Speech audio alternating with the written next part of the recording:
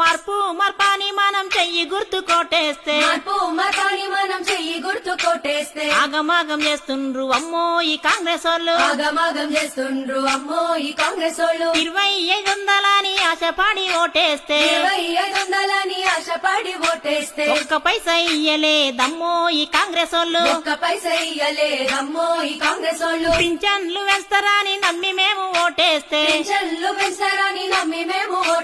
ముంచిండ్రు మమ్మల్ని అమ్మో ఈ కాంగ్రెస్ వాళ్ళు.